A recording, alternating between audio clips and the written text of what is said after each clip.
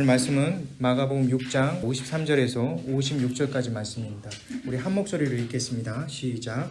건너가 게네사렛에 이르러 내보고 배에서 내리니 사람들이 곧 예수신 줄 알고 그 온 지방으로 달려 돌아다니며 예수께서 어디 계시다는 말을 듣는 대로 병자를 침상째로 메고 나아오니 아무데나 예수께서 들어가시는 지방이나 도시나 마을에서 병자를 시장에 두고 예수께 그의 옷가에라도 손을 대게 하시기를 간구하니 손을 대는 자는 다 성함을 얻으리라.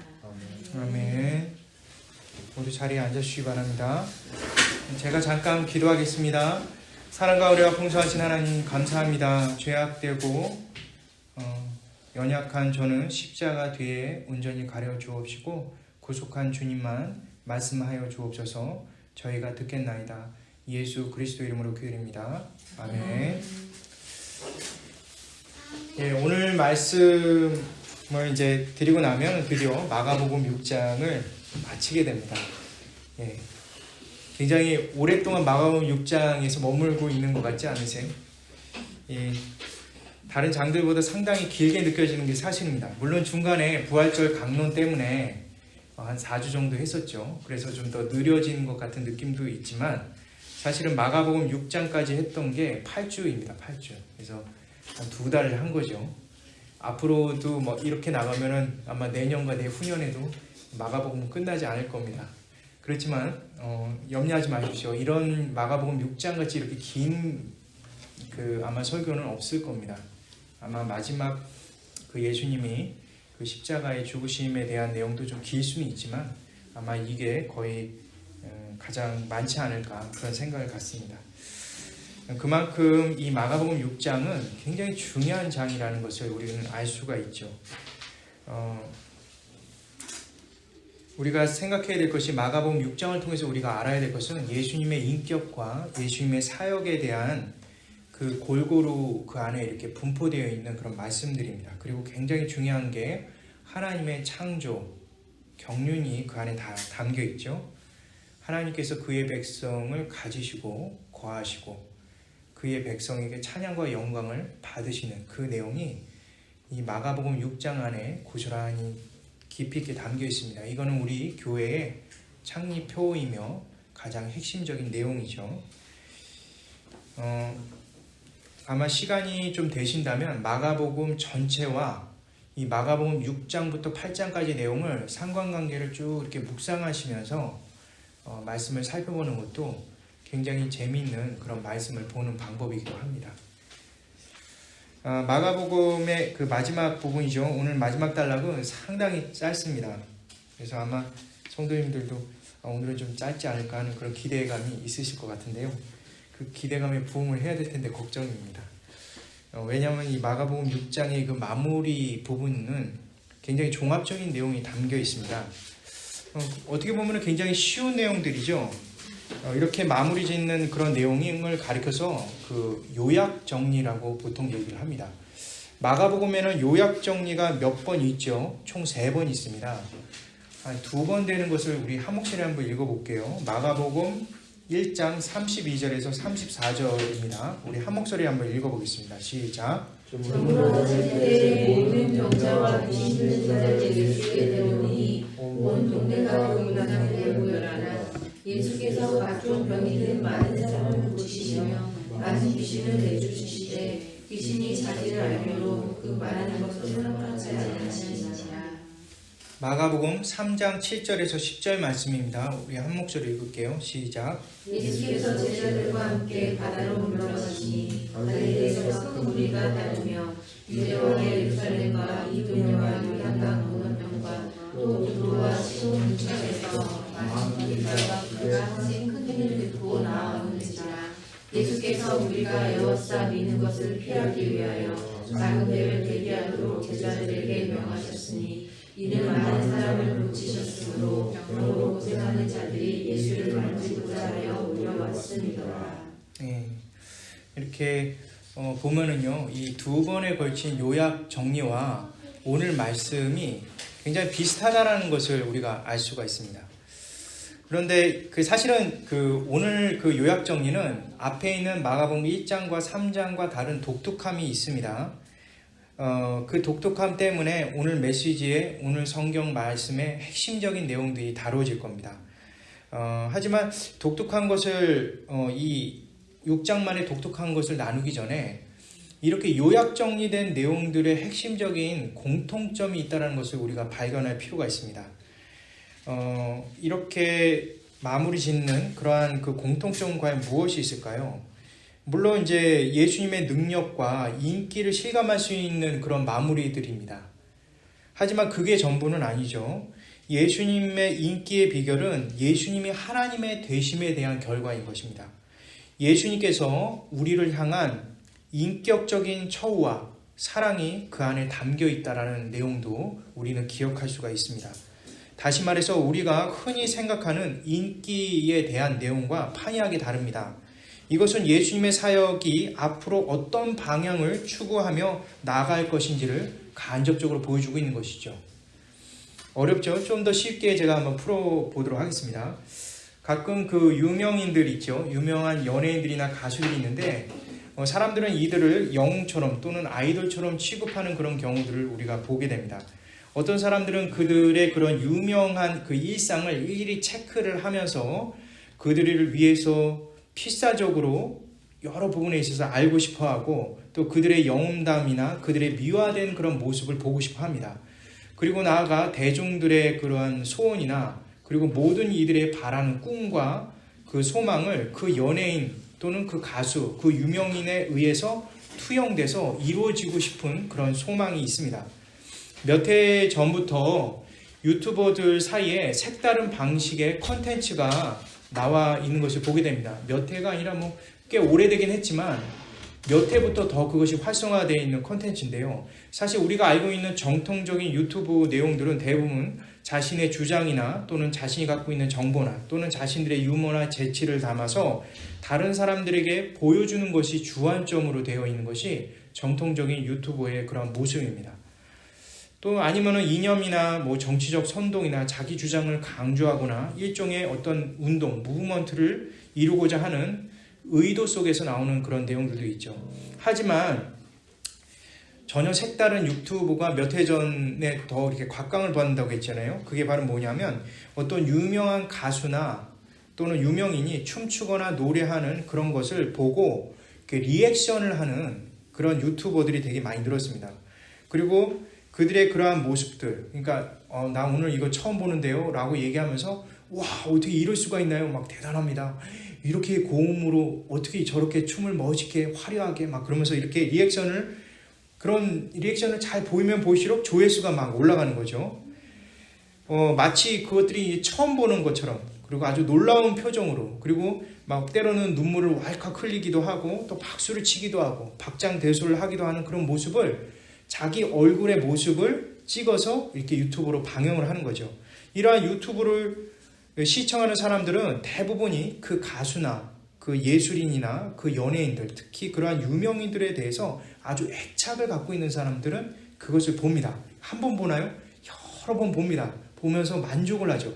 야, 내가 사랑하는 나의 가수, 내가 사랑하는 나의 연예인, 유명인을 다른 사람, 이렇게 처음 보는 사람도 이렇게 즐거워한다 라고 하면서 기뻐하는 겁니다.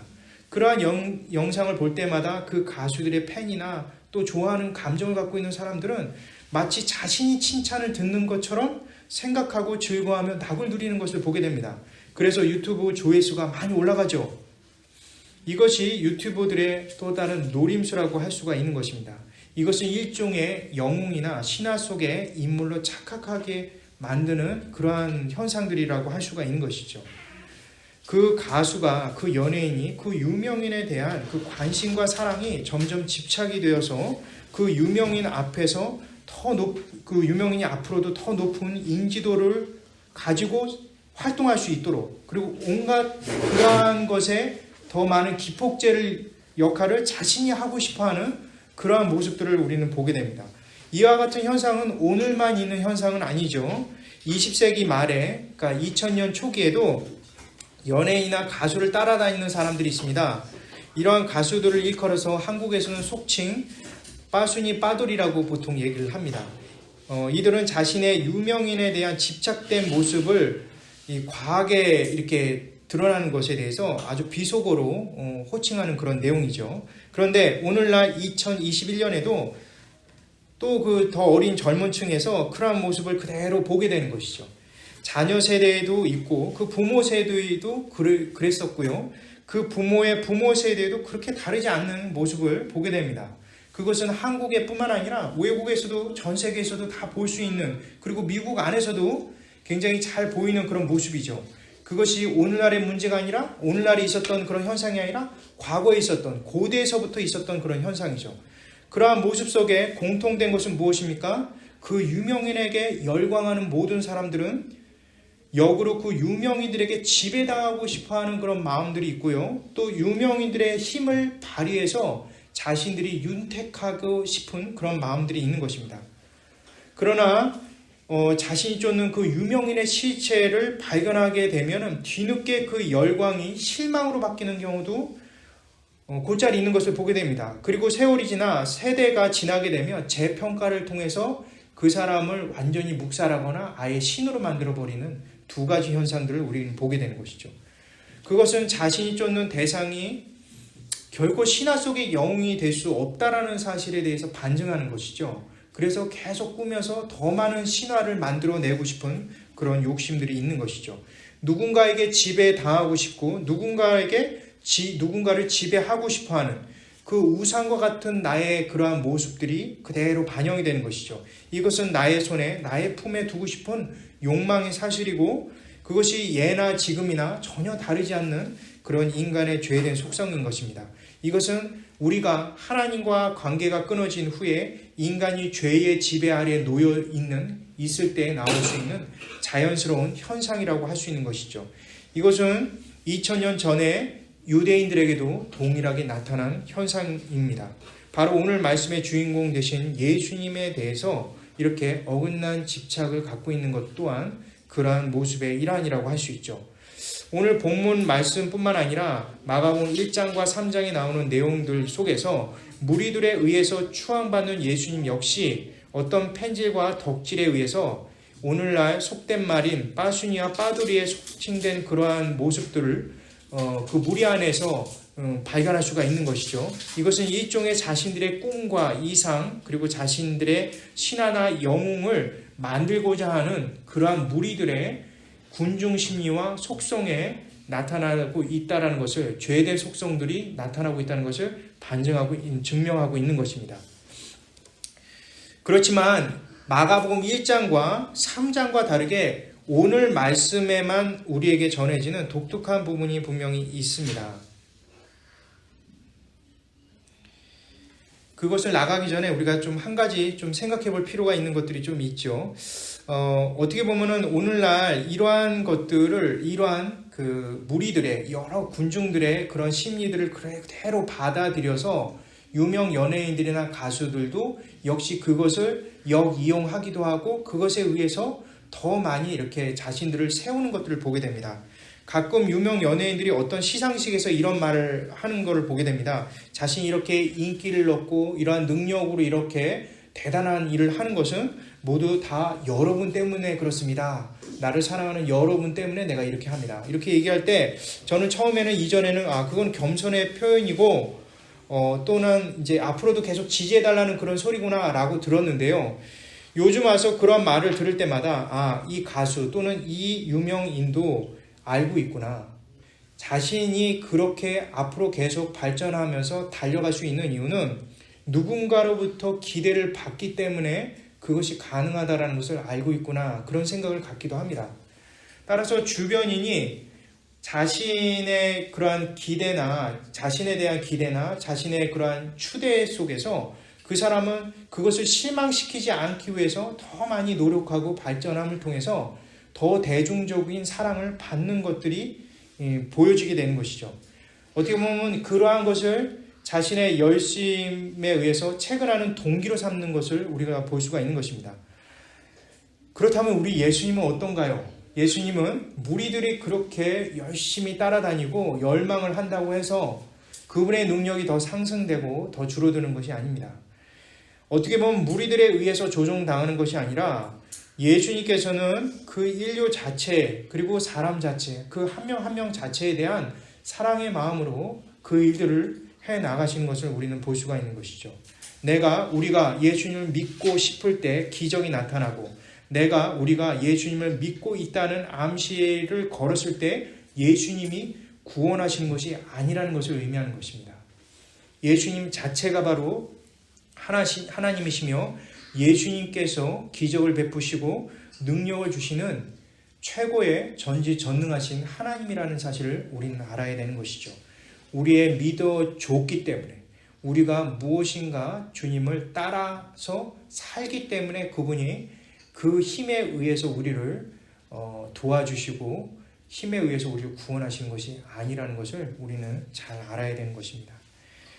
예수님의 신적 능력은 사람들이 범접할 수 없는 능력입니다. 예수님이 결정하시고 말씀하시면 그것이 그대로 됩니다.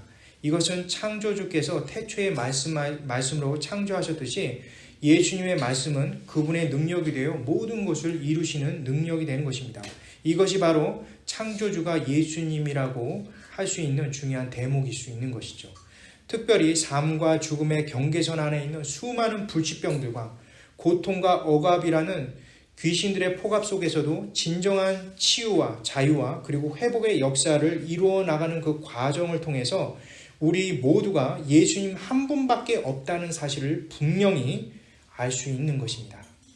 귀신에게 포로가 되고 고통과 억압에 신음하는 자들에게 귀신으로부터 자유함을 주시는 이는 오직 주님 한 분밖에 없는 것이죠. 고통스러운 육체와 죽음을 앞두고 있는 자에게 회복과 새로운 삶을 주시는 것 역시도 바로 예수님 그분만 하실 수 있는 일인 것입니다. 이러한 내용들이 1장과 3장 그리고 오늘 말씀 6장에 고스란히 담겨 있는 것이죠. 이게 요약 정리에 대한 내용의 핵심적인 공통 분모라고 할 수 있습니다. 하지만 제가 앞에서도 언급드렸듯이 1장과 3장과 다른 6장만이 갖고 있는 독특함이 있다고 말씀드렸습니다. 그것이 오늘 말씀의 핵심을 이룰 것입니다. 이 핵심을 알기 위해서는 우리가 잠시 생각해 봐야 될 것이 있습니다. 좀 어려운 질문이지만 제가 잠시 질문을 드리고 싶습니다. 오늘 말씀 나가기 전에 우리 마음에 손을 얹고 양심에게 질문을 해보는 것입니다. 오늘날 나는 지금 마지막 때를 어떤 식으로 우리는 생각하고 있는가? 우리에게 있어서 마지막 때라고 말하는 이유는 과연 무엇일까에 대한 질문입니다. 세상이 어렵고 혼란스럽고 교회의 모습이 땅에 떨어졌고 하나님의 이름이 더럽혀졌기 때문에 마지막 때라고 느끼시는 것입니까?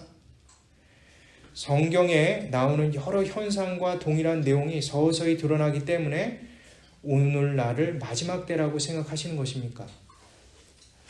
나의 상황이 너무나 답답하고 너무나 암울한 현실 때문에 내가 아무리 노력해도 도저히 할 수 없는 상황 때문에 예수님께서 이럴 바에는 빨리 오셨으면 좋겠다. 빨리 좀 재림해 주셨으면 좋겠다. 라는 마음으로 혹시 우리가 그런 식으로 예수님의 재림을 기다리고 있는지는 않는지 그 부분에 대해서 저와 여러분께 질문을 하고 싶은 것입니다.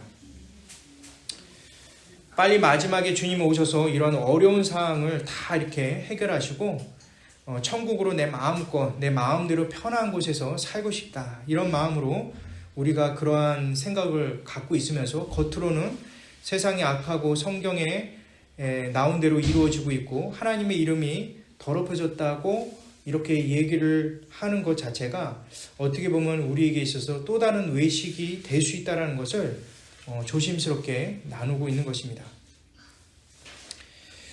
저희가 고3 때 일인데요. 야간 자율학습 때였습니다.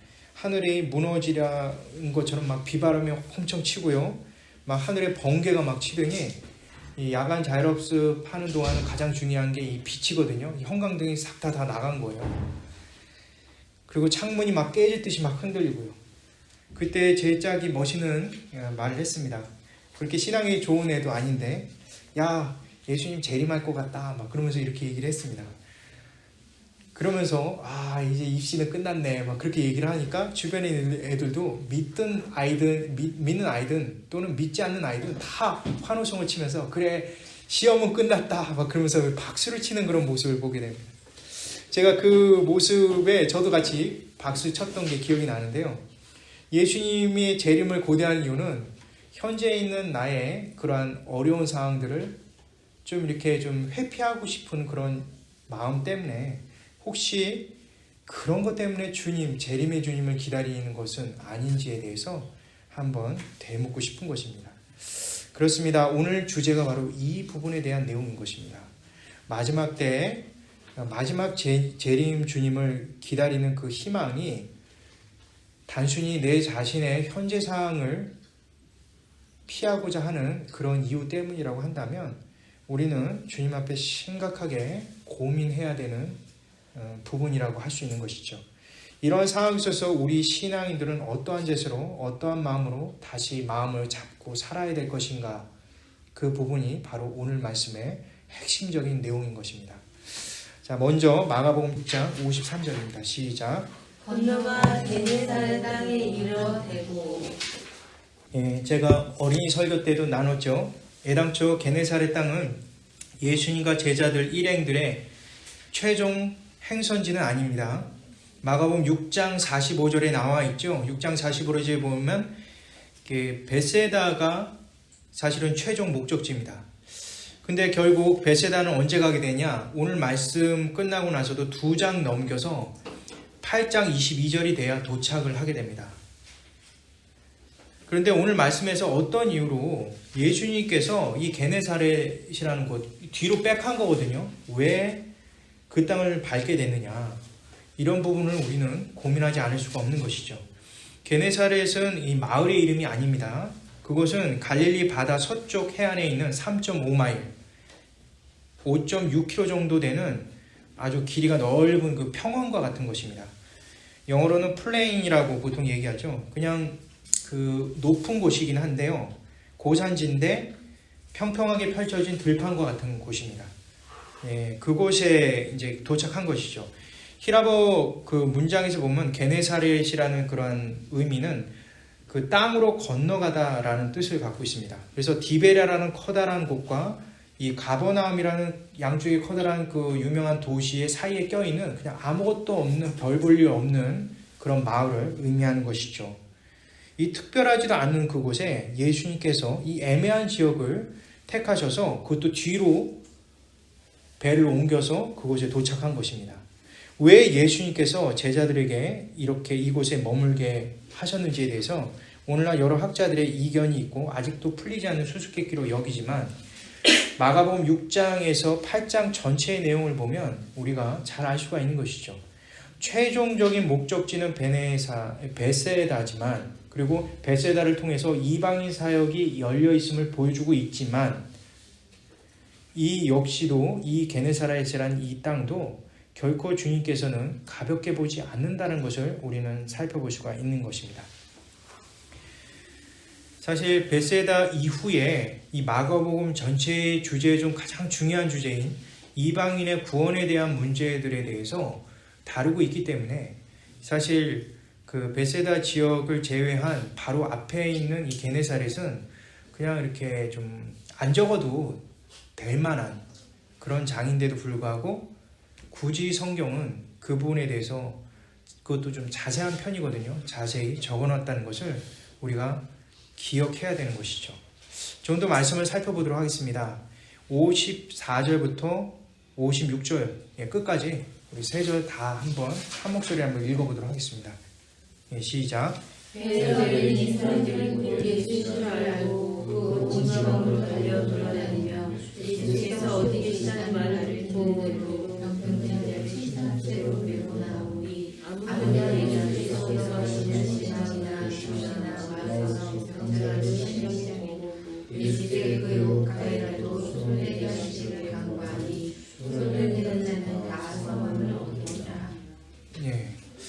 이 54절을 보니까 예수님께서 배에서 내리시는 장면이 있죠. 그리고 55절에 보니까 그 지방에 있던 무리들이 예수님 오셨다는 소식과 함께 달려듭니다. 그냥 가는 게 아니라 정말 온 지방에서 달려드는 게 나오고요. 그리고 나서 돌아다니는 그런 모습들을 보게 됩니다. 이건 뭐냐면 예수님을 찾는 모습이죠. 예수님이 있는 곳이라면 어디든 다 들쑤시고 다니겠다라고 작정해서 다니는 그런 사람들과 같습니다. 이 달려가는 이 표현 자체가 예수님을 찾겠다는 그 열정, 그것에 대한 그 신속한 움직임이라고 한다면, 돌아다니는 표현을 통해서 예수님에 대한 강한 집착을 우리는 살펴볼 수가 있습니다. 55절에 예수님께서 어디 계시든지 이렇게 따라가겠다라는 그런 뉘앙스가 그 안에 보이죠. 그것은 헛걸음이 된다 할지라도 예수님이 계신다라는 곳은 어디든 찾아가는 그러한 모습들을 우리는 연상해 볼 수가 있는 것입니다. 그것도 그냥 갑니까? 그냥 가지 않죠. 자기의 그러한 가족들 중에 아픈 자들, 그리고 자기 친구들 할 것 없이 무거운 병자의 그 침상을 메고 그냥 같이 이렇게 가는 겁니다. 물론 이제 장성들이 있는 가정은 괜찮겠지만 장성들이 없는 가정은 혼자서 메고선 그 사람을 데리고 예수님을 찾아다니는 그러한 열정들을 우리가 상상해 볼 수가 있는 것이죠. 이것은 치료자가 오직 예수님 한 분밖에 없다라는 것을 알려주고 있으며, 동시에 예수님 만날 때만 정말 소망이 있고 고침이 있다라는 것을 보여주고 있는 것이죠. 따라서 우리의 구원은 예수님 한 분밖에 없다는 것을 아주 잘 보여주고 있는 성경의 표현인 것입니다. 마태복음 13장 45절과 46절을 연상케 하는 내용인데요. 우리 한 목소리로 한번 마태복음 13장 45절에서 46절 읽겠습니다. 시작. 또 천국도 마치 좋은 진주를 구하는 장사와 같으니 급히 갇힌 진주 하나를 발견한 다음에 가서 자기의 소유를 다 팔아 그 진주를 샀느니라. 예, 마태복음에 조금 이해가 되지 않는 그런 비유의 내용입니다. 아무리 값진 진주가 있다고 해서 자신의 소유를 다 팔 수 있을까? 혹시 그런 진주 혹시 보신 적 있으십니까? 우리 권사님 혹시 그런 값진 진주 혹시 보신 적 있으세요?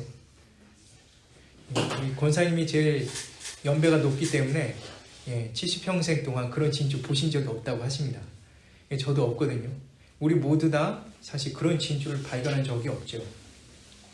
아니, 진주가 있다고 해도 내가 지금 내일 먹어야 될 음식도 있고 생활해야 될 것도 있는데 그걸 모두 다 포기하고 그 진주를 산다는 게 말이 됩니까? 하지만 이것은 굉장히 중요한 내용을 담고 있는 것이요. 단순히 값어치에 대한 내용이 아닙니다. 이것은 자신의 목숨을 걸고 미래를 걸고 자신의 모든 것들을 투자할 가치가 그 안에 있다는 것을 의미하는 것이죠. 따라서 이 말씀에 나오는 진주를 산 사람은 진주의 가치가 어떠한지, 그 진주의 가치를 정말 잘 알고 있는 사람만 가능한 그런 행동인 것입니다. 예수님이 얼마나 소중한지, 예수님의 가치가 얼마나 대단한 것인지 아는 사람에게만 자신의 온 생애를 거쳐서 자신의 생명과 그 모든 것들을 다 바쳐서라도 예수님 한 분만 집중해서 따라가겠다라는 그 마음의 태도가 가능하다는 것을 의미해 주는 것이죠. 자신의 생명과 미래가 담겨있는 그 모든 것들을 보여주고 있는 것이 이 게네사렛에 있는 무리들의 행동인 것입니다. 이것이 6장 마지막에 있는 그런 모습이죠. 이것과 대비되는 것이 뭘까요? 6장 초반부에 나오는 나사렛 사람들의 모습인 것입니다.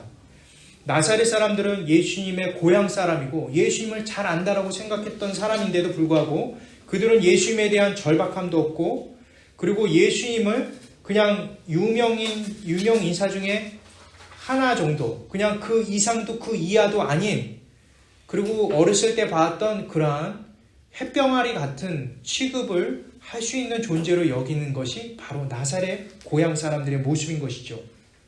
그때 예수님께서 그들을 향해서 자신 스스로의 능력을 제한하시고 병 고치는 것도 아주 적게 하시는 것을 보게 됩니다. 오늘 말씀은 대비되죠. 모든 사람들 다 병을 고쳐주는 것과 상당히 대비되는 것을 보게 됩니다. 이것이 마가복음의 6장에 나오는 하나님께서 이 마가를 통해서 보여주기 위한 아주 전혀 대조적인 모습을 우리에게 보여주고 있는 것이죠. 마가복음 6장 4절부터 6절 말씀 우리 한 목소리로 한번 읽어볼까요? 한번 한 목소리 읽겠습니다. 시작. 예수께서 그들에게 이르시되 선지자가 자식과 자기 친척과 같이 뇌에서는 분노를 하지 못하게 하시며 거기서는 아무 권유도 행하실 수 없어 다만 수수의 남자에게 역사를 고치실 수는 없고 그들이 믿지 않는 이상이 없으셨더라. 자, 오늘 그 게네사렛 사람들이 얼마나 적극적으로 주님을 따라간다는 것은 우리가 앞에 있는 6장 4절에서 6절까지 말씀을 통해서 우리가 볼 수가 있는 것이죠. 예수님만이 생명이고 병을 고칠 수 있는 유일한 분이라는 것을 보여주고 있습니다. 그리고 나서 56절에 보니까 예수님의 그 옷깃을 스치는 일에 대해서 허락해달라고 그 사람들이 부탁을 합니다. 그 지방과 도시의 마을에 있는 사람들이 각각의 시장에 모여서 놓아놓고 예수님께 부탁을 하는 장면이죠. 시장이라고 말하는 것은 히랍어로 아고라라는 것인데요. 각 마을과 지방과 도시마다 그것이 있는데요. 이것은 도시와 마을과 지방의 중심되는 이슈가 되는 아주 핵심적인 곳입니다. 우리가 그냥 단순히 물건 팔고 이런 정도의 그런 곳은 아니죠. 이렇게 중요한 곳에 자신의 그 주님밖에 없다라는 사실을 알고 들 것으로 그 아무 소망도 없는 사람들을 다 데리고 그 안에 다 일렬로 다 서 있는 것입니다. 예수님의 옷깃만 스쳐도 낫겠다라는 그런 마음의 태도를 우리는 볼 수가 있는 것이죠. 그리고 실제로 옷깃이 스쳐 지나갈 때마다 놀라운 역사가 일어납니다. 마가복음 5장에는 혈류병 걸린 여인 딱 한 명뿐이죠. 그런데 여기는 그 옷깃을 스친 모든 사람이 싹 다 낫게 됩니다. 도저히 치료받을 수 없는 상태에 있는 사람들도 역시 전혀 예외가 될 수가 없는 것이죠.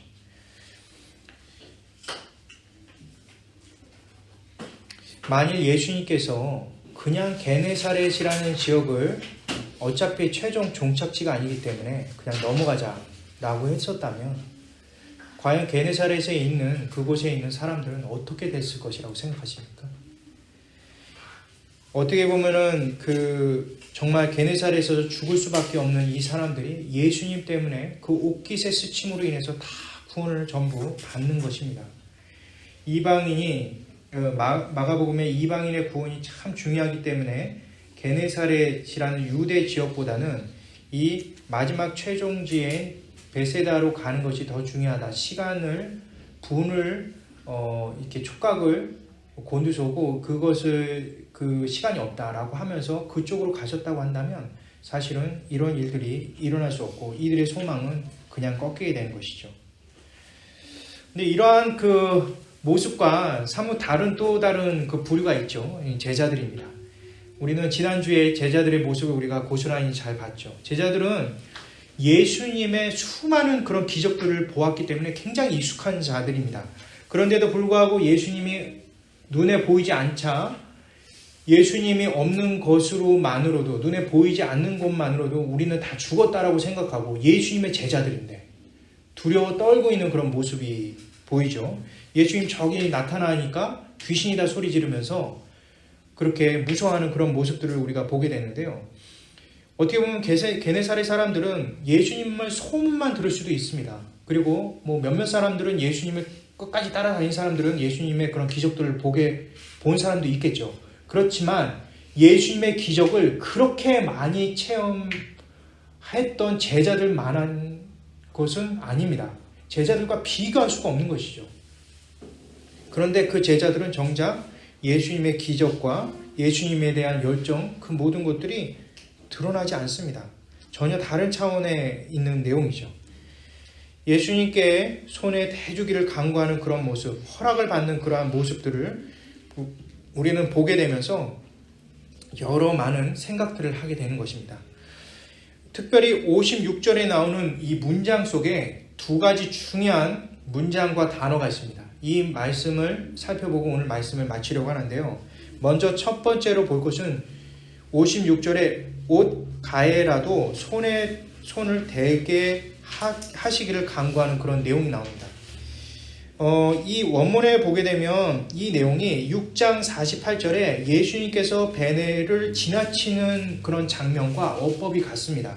제가 시간이 없어 이 두 가지를 상세히 비교할 수는 없지만 말씀드리자면 마가복음 그 6장 48절 지난주 설교를 통해서 설명을 드렸죠. 제자들의 배가 여기 있는데 예수님이 지나쳐 간다라는 것이 단순히 지나쳐서 그래 너네들 한번 고생해봐라 이게 아니라 예수님의 나타남, 하나님의 임재에 대한 내용을 담고 있는 단어라고 나누었습니다. 그래서 어떤 폭풍우가 뒤집힌다 하더라도 그들은 절대로 그러한 일에 의해서 보호받을 수 있는 사람들이라는 것을 보여주기 위해서 예수님께서 이 단어를 사용했다고 제가 나누었습니다. 오늘도 동일합니다.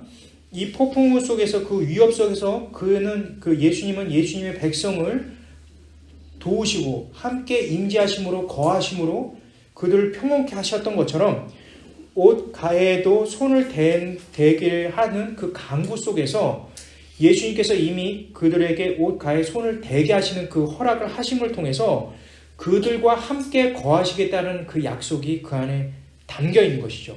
그분의 능력의 보이심은 기적에 대한 것만으로 우리가 생각할 수 없는 것입니다. 예수님의 기적은 전적으로 그들을 향한 주님의 마음인 것이죠. 불쌍히 여기고 그 생명을 위해서 기꺼이 자신의 사지를 찢겠다라고 하시는 예수님의 마지막에 십자가 주심에 대한 그 내용이 그 안에 수록되어 있는 것입니다. 하나님의 임재는 그런 것입니다. 예수님이 이 땅에 오시면 바로 그런 것이죠. 자신의 백성들, 자신이 사랑하는 백성들을 위해서 그 모든 것들을 다 바치겠다라는 주님의 결단과 결심이 그 안에 담겨 있는 그 내용이 수록되어 있는 것입니다. 따라서 6장 56절에 나오는 손만 대도 낫게 하시는 그 장면 속에는 단순히 그분의 능력을 보이시기 위한 내용도 나오지만 그것보다 더 중요한 그 손을 대기까지 그들을 얼마나 사랑하시는지를 그 안에 보여주고 있다는 것도 우리가 생각해 볼 필요가 있습니다.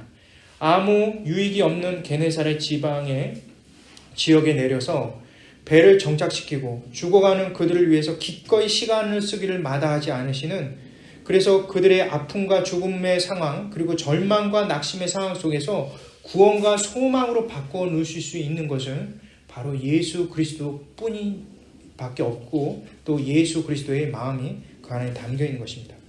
예수님의 최종 목적지인 베네사렛은 아니지만 그 여정 속에 만나는 사람들을 가볍게 보지 않으시고 정성스럽게 그 일을 해결하는 모습을 보게 된 것이죠. 다음에 우리가 살펴볼 것은, 두 번째로 살펴볼 것은요, 그 옷깃이라는 그런 내용입니다. 이 옷깃이라는 내용이 이 마가복음 5장에 있는 예수님이 옷깃만 스쳐도 낫겠다, 그러니까 여인이 옷깃만 스쳐도 낫겠다라고 하는 그 옷깃과 다른 단어를 썼습니다. 이 옷깃은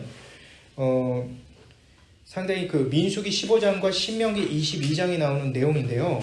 이 옷깃은 유대 율법에 따라, 그것에 따라 살아가는 유대인들이, 남성들이 옷의 그 네 구퉁이에 이렇게 장식과 같은 겁니다. 그것을 붙이는, 그래서 그 이름을 찌찌요트라고 하는데, 그 찌찌요트가 히라보로 크라스테돈이라고 합니다. 그 단어를 여기서 사용했어요. 따라서 이것은 그냥 그 가장자리를 손을 대겠다라는 그 의미 속에 되게 많은 것들을 함축하고 있는 것입니다. 어떤 학자들은 이런 얘기를 합니다. 이것을 통해서 예수님께서는 그 옷을 입고 소위 말해서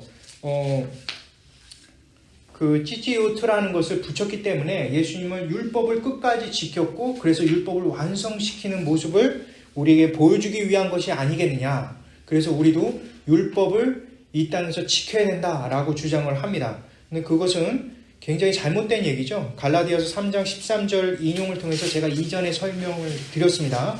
예수님의 율법의 완성은 율법을 지켜서 완성이 되는 게 아니라 율법의 저주를 그분이 받아내시고 대신 짊어지심으로 그것을 이루심으로 율법이 완성됐다는 것을 우리는 잘 알고 있는 것이죠.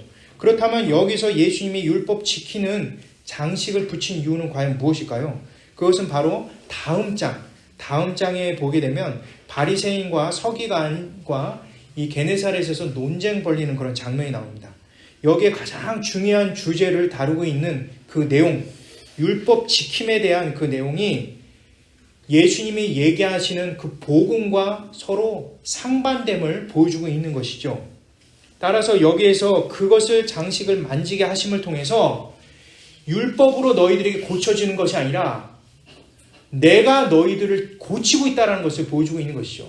그 찌찌오트라는 것을 아무리 만져도 옛날에는 전혀 능력이 발휘되지 않는데 예수님께서 입으신 그 찌찌오트만, 옷깃만 유독 능력을 발휘할 수 있다는 것은 율법의 능력이 있는 것이 아님을 보여주고 있는 것입니다. 예수 그리스도만이, 오직 예수 그리스도만이 능력 주심을 보여주고 있는 것이죠. 이 두 가지 사실을 통해서 우리는 중요한 사실들을 알 수가 있는 것입니다.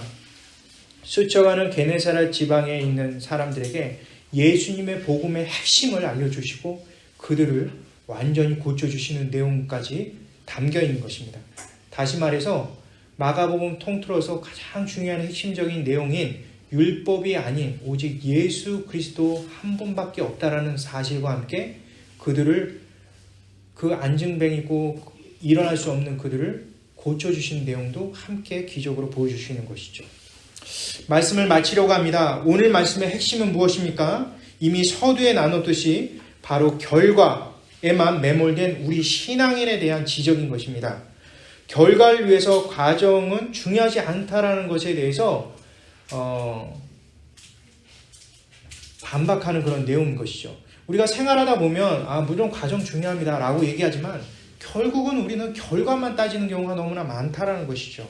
하지만 오늘 말씀에 게네사렛이라는 과정 속에서 나오는 사람들을 끝까지 지켜주시고 구해주심을 통해서 현재의 삶에 있는 이 과정 역시도 지옥 같은 이 삶 속에서도 그리스도께서 우리에게 주시는 은혜가 있다는 것을 보여주고 있는 것입니다. 마지막에 오실 재림 주만 중요한 것이 아니라 현재 우리와 함께 하고 계시는 예수 그리스도, 그분께서도 정말 중요하다. 그분이 우리와 함께 거하심을 통해서 우리는 능히 살아갈 수 있음을 이 말씀은 우리에게 알려주고 있는 것입니다. 우리는 현재 함께 계시고 함께 거하시는 주님을 쉽게 잊어먹는다는 것이죠.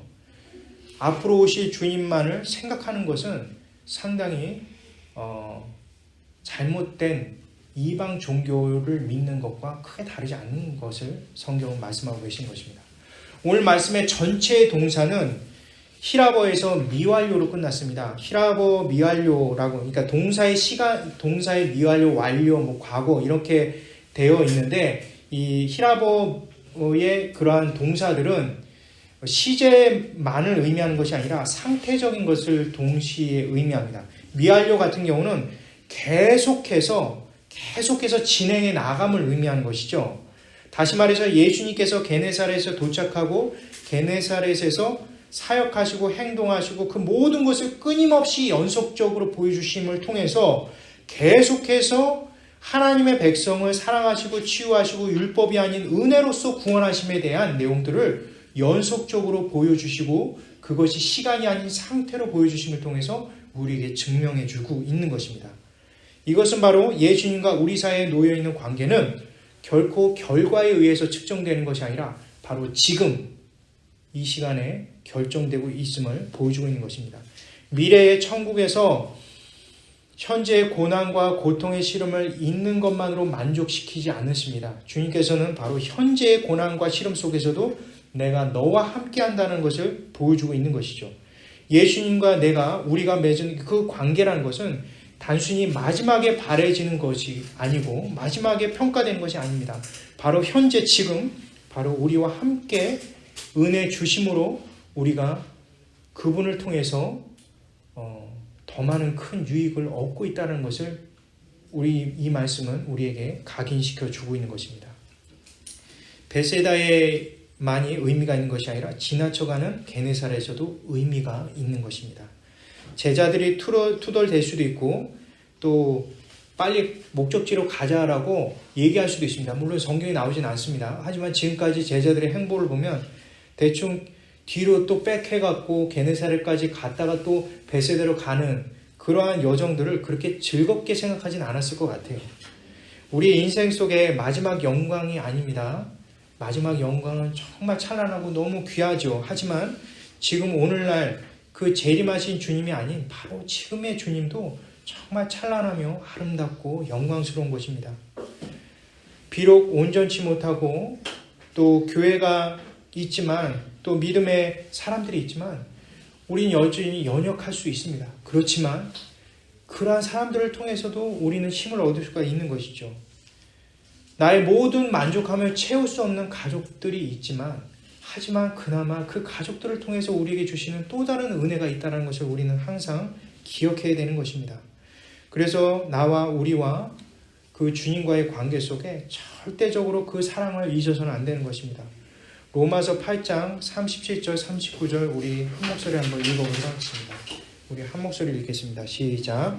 그러나 이 모든 일에 우리를 사랑하신 이로 말미암아 우리가 넉넉히 이르리라. 내가 확신하노니 사망이나 생명이나 천사들이나 권세자들이나 현재이나 장래이나 능력이나 또 금이나 기쁨이나 다른 어떤 피조물이라도 우리를 우리 주 예수 예수 안에 있는 하나님의 사랑에서 끊을 수 없으리라. 워낙 많이 읽었던 말씀이죠. 특별히 우리 38절 말씀 한번 볼게요. 현재일이나 장래일이나 라고 나오죠. 형제일이든지 장래일이든지 우리 주 예수 그리스도의 사랑을 잊게 할 수 있는 것은 아무것도 없다라고 얘기를 하는 거죠. 수많은 고통과 괴로운 현재의 시름 속에 있는 이 사도 바울이 우리에게 주는 내용인 것입니다. 우리에게 주는 고백인 것이죠. 현재일이든 장래일이든 예수님과 함께하면 사실은 아무것도 아니라는 것을 보여주고 있는 것입니다.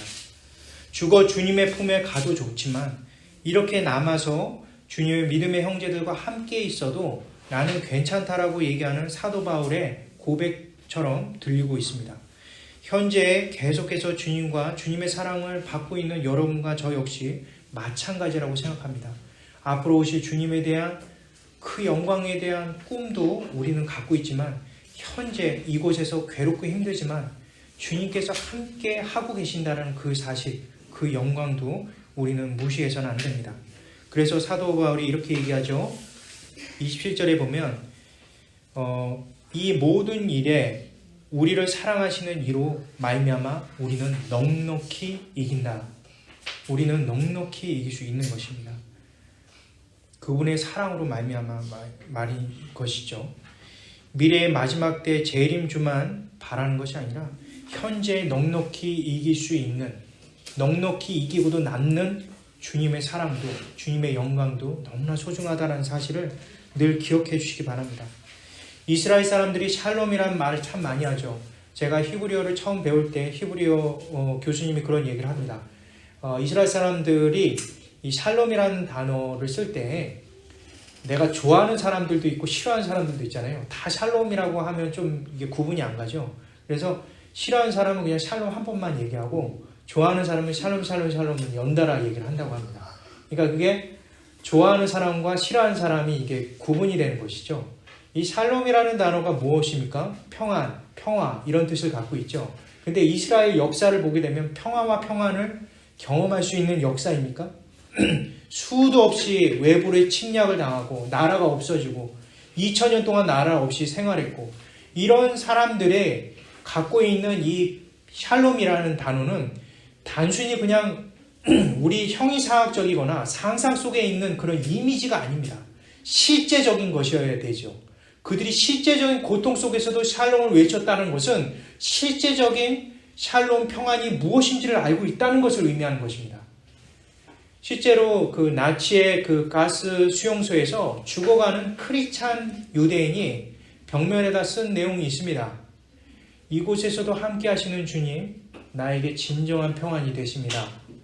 나의 주, 나의 아버지시여, 예수 그리스도 모든 영광을 받으십니다. 라고 글을 썼는데 그것이 바로 우리 신앙의 진정한 샬롬의 정점인 것이죠.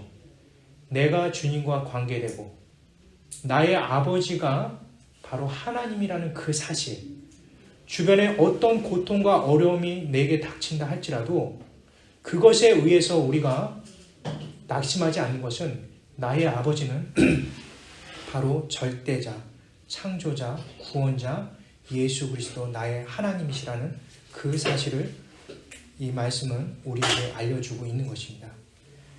따라서 우리는 앞으로 오실 영광의 주님뿐만 아니라 지금 나와 함께 하신 나의 아버지 주님에 대해서 늘상 생각하며 살아갈 수 있는 우리 모두가 됐으면 좋겠습니다.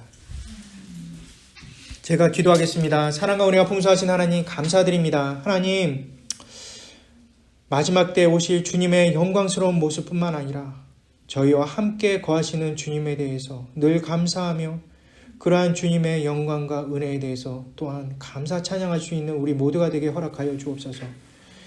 우리의 전부가 되시며 우리의 모든 것이 되시는 주님께, 그 모든 것을 향해서 달려갈 수 있는, 모든 것 되시는 주님께 향해서 달려갈 수 있는 이 시간에 예비드린 모든 주님의 자녀들에게 허락하여 주옵소서.